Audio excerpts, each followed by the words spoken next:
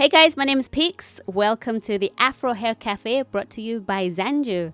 Now recently I travelled to London all the way from Glasgow because sometimes girls you just got to travel to get the knowledge about your hair. So I went to attend Curly Treats Fest, which is the largest natural hair beauty expo in the UK.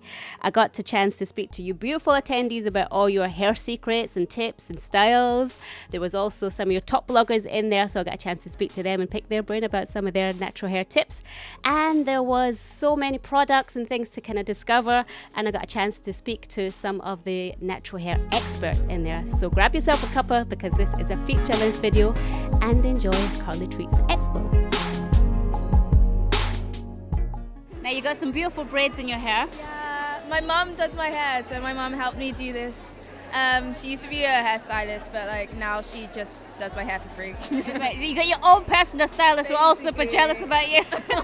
So you've got your hair in braids. So how is it when you take your hair out of the braids? And what's some of the, obviously your mum's a stylist, so what's the best advice that she's giving you for your hair? Well, my sister's all about the natural lifestyle, so all the products that I use in my hair are natural, and my sister makes her own creams, so we use the creams that she makes. What's some of the ingredients that you use for your hair, and what have you found to be the most beneficial?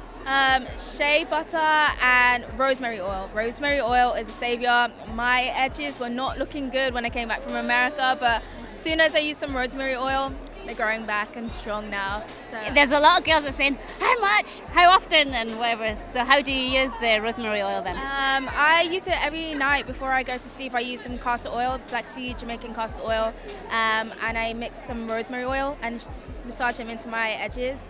And I think something that people underestimate is the power of exercise. Exercise helps with blood circulation, so I feel like the more I've exercised, the more hair growth that I've seen.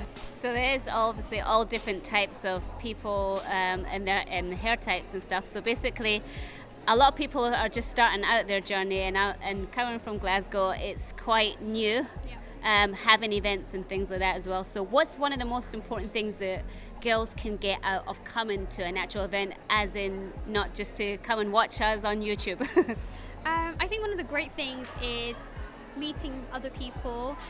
What you'll find is there's a lot of things that you have in common in your everyday to-day life. You might not meet other naturals.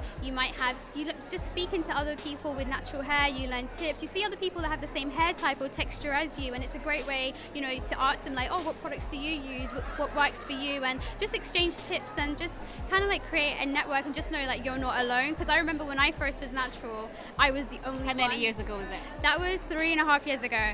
And when I went natural, I was the only person in my family and out of my friends. So when I would come to events like this, it actually made me feel like I am not the only one. This lady came all the way to Glasgow, so I was so happy, and that's where I met you because you were representing Cantu. So can you tell us about how you found it when you came to Glasgow, and why did you go there? Right, yes. When my bosses invited me to Glasgow to promote Cantu, I was like, is there a black community there? I was so surprised. And when I got there, I was pleasantly surprised. There's a large black community.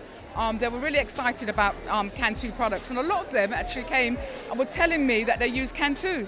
So I guess our reputation has preceded us, and Cantu is already in that part of England. So I was really excited. People are asking me lots of questions about how to use the products, and I'm looking forward to being invited back to Glasgow one day. I know a lot of people say it just starts off with hair. Obviously, Simba's got her natural hair journeys, things and product reviews and all that kind of stuff. But what's it really done for you to embrace that? Because then some people struggle with their natural hair and being confident with it. So what's one of your kind of best pieces of advice for that?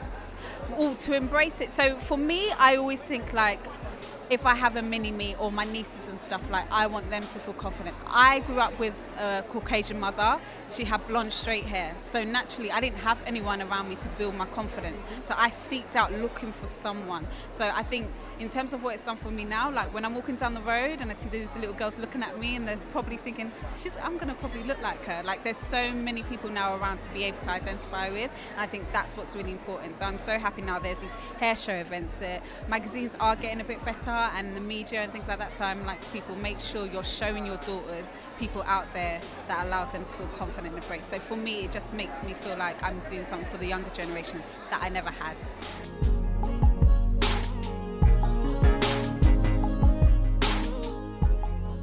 I'm with the very important lady who's put all of this together.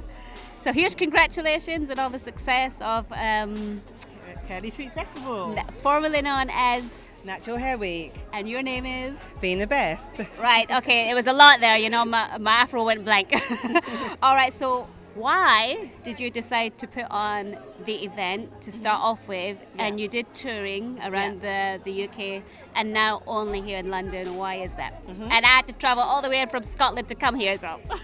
Amazing. So initially when I went natural, I just found there wasn't a lot of places where I could learn about my hair, be in a safe space where I can encourage other people and people could encourage me. So I wanted to start something where it could be an empowerment event. The long-term vision was that I wanted to introduce other elements. So 5 years on, I've been able to do that.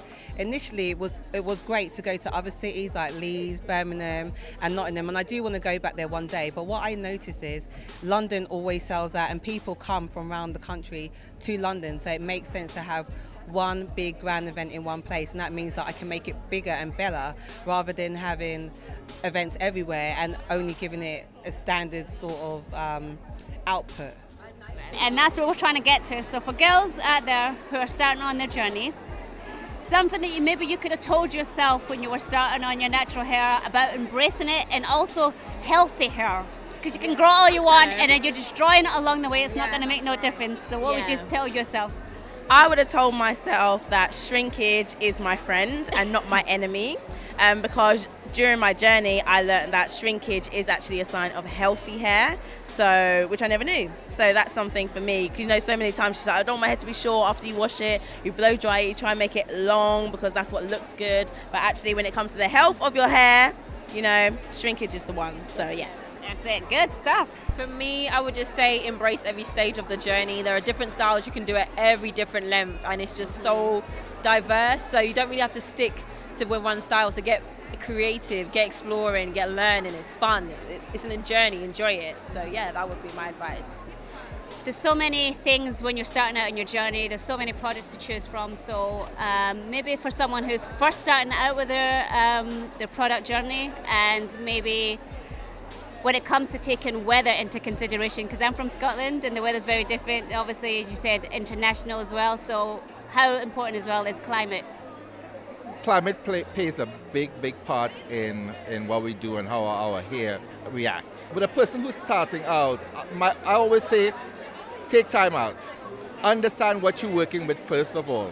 Understand your curl pattern. Know what you're actually looking for in your hair journey.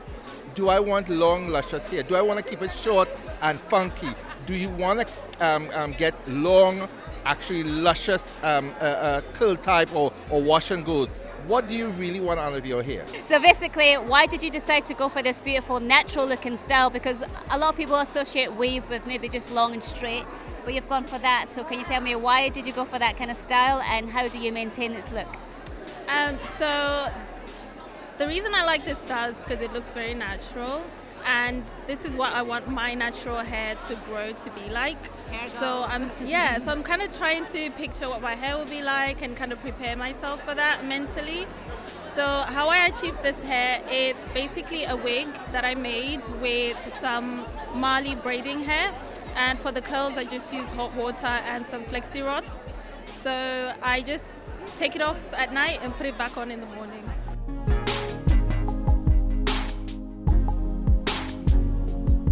I came up with the concept literally because a lot of the ingredients that I use in my products are not necessarily kitchen products, but they are natural products. So anything that you can eat, you should be able to put in your hair. Yeah, or the other way around actually. Anything you put in your hair, you should be able to eat. That is the concept. Eat your hair. Yeah, so Diva's Kitchen, so we have workshops where we basically mix stuff in your kitchen, okay? So the main thing that I will say to someone starting your journey is water. Get a water bottle from the pound shop and start mixing. First base is water, some oils, and then shake it up, and then add as you go along basically, and just see what suits you, but keep it in the fridge. So you got your hair in Bantu or China bumps, whatever you like to call it. Yes. So tell us about the style and how do you maintain it?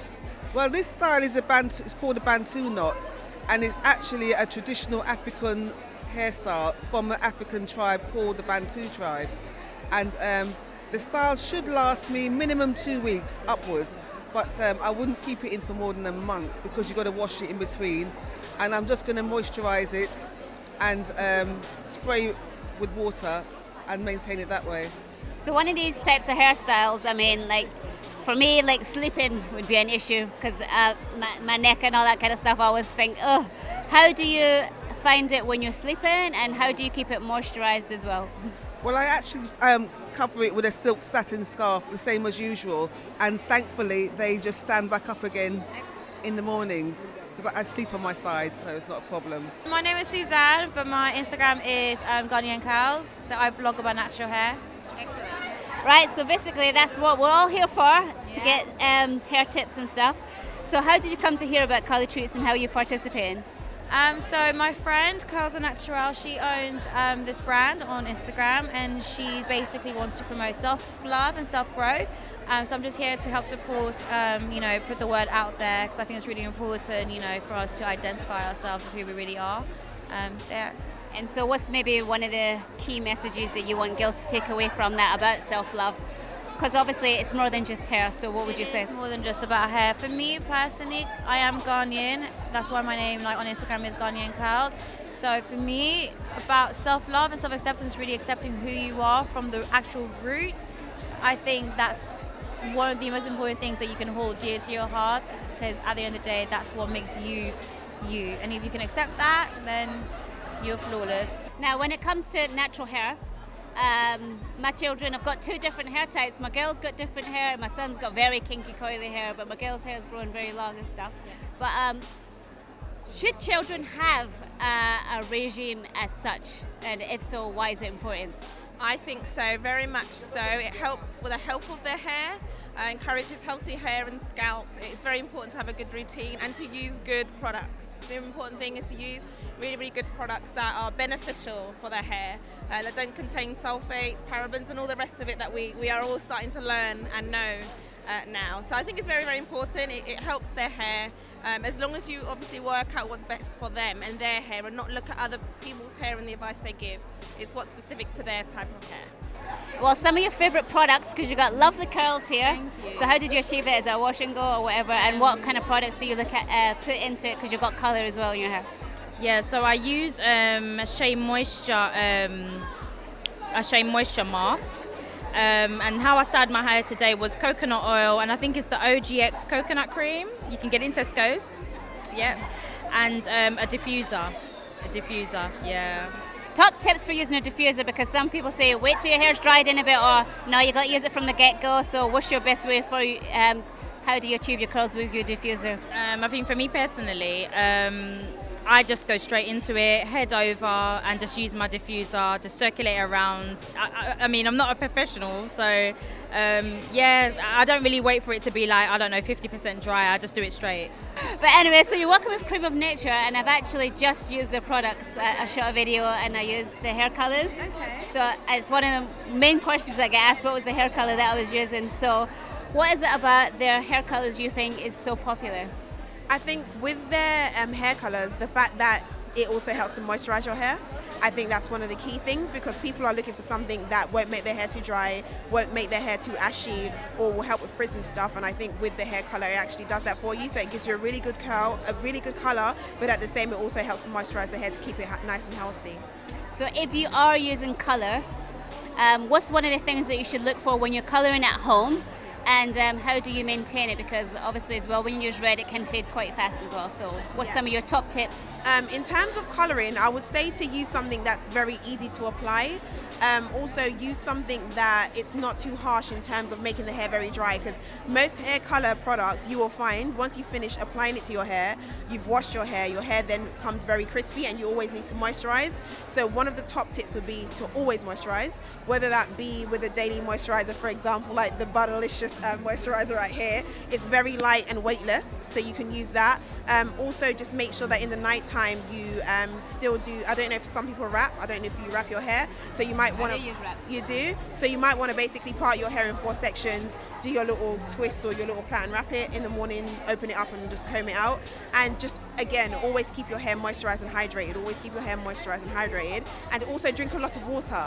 So today's gone amazing. So like I said, with Curly in the USA, I You know, I'm an international blogger, vlogger, YouTuber, Instagrammer, all of the above. So I want to make sure I get as much content for my platforms as possible. So what's maybe one of the most interesting things that you found out today? Because you must be spoiled for choice in the USA, and I'm in Scotland, and we don't have a lot of stuff here. So what is maybe something that you found that you don't maybe get in the USA, and why you find traveling so useful? Okay, so traveling, I find it useful. Meeting people is one, building a connection, and then learning. I was in the, with Afrocentrics, hearing their speech and like what they have to offer with the scientific background about like natural hair, Afro textures, and no complaints. Yeah. And laying and slaying the edges right here, girl, you do that. So obviously, sometimes you're trying to get those flicky ends. What is it that your ingredients are like for that, and do they wash out quite well? Or do they leave the white residue, the telltale sign? Okay, so I use smoothing gel. Smoothing gel is amazing. It doesn't leave your hair hard, and you got the thick, sticky kind of feel. It just slicks the hair. You can comb your hair out as normal the next day and style your hair how you want to style it. The ingredients for that is more so like coconut oil and shea butter and just essential oils together. And yeah, my hair has been amazing. Now, she's got beautiful hair here, so I'm looking for some hair tips because you've got a hair salon. So one of the things a lot of people say is when you get braiding is pulling too tight and then you lose that hairline. Nobody wants to lose the hairline. So what's maybe if you feel like maybe you're getting your hair done and the stylist is pulling too tight, what do you do? What I do is a lot of people start braids from the beginning and put their extensions from the beginning. So I use the natural hair first and then add it in afterwards. So the extensions do not pull and then it don't make all the hair disappear. So that's what I do. So what's the best way to maintain your braids? Maybe some people try not to wash their hair and stuff. Should you wash your hair, or how to prevent the braid from shedding? Put hair mousse, olive oil hair mousse to maintain it, to make it last longer, and any natural oils and the spray to contain it. And when you take it out as well, put oil inside it in the front of the braid so it doesn't pull when you do take it out and it doesn't break the hair. Some very good tips there. I wish I'd have known that before.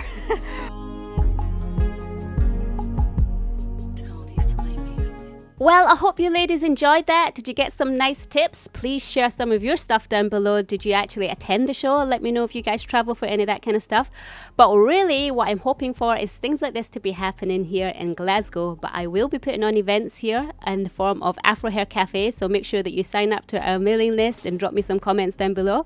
And yes, so please drop your comments, suggestions, and anything else down below. Don't forget to subscribe to the social network so you can keep track of everything that's happening. Pictures and all those kind of good stuff, updates. May the Most High bless you, and I'll catch you guys soon. Mwah.